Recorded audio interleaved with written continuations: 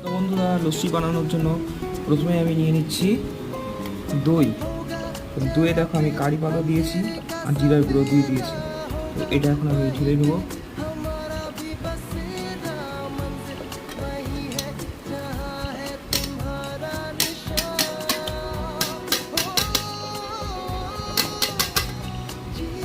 তো বন্ধুরা, আমি কিন্তু দইটা ঢেলে নিয়েছি। এরপর আমি এর মধ্যে দিচ্ছি কাজু বাটা।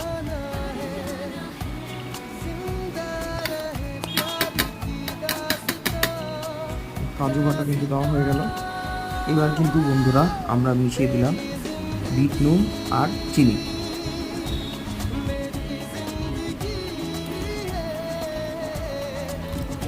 আমি কিন্তু জল ঢেলে